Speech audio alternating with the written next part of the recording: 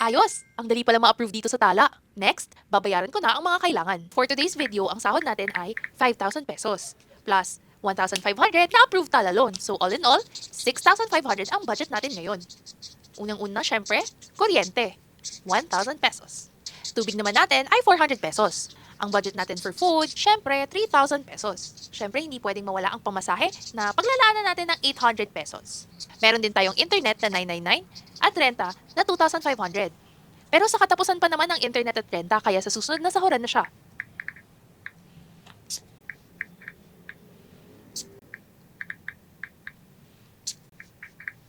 So all in all, ang ating remaining balance ay 1,300 pesos. At ito ay ilalaan ko sa aking personal goals para sa 2026. Monthly savings, emergency funds, skills training.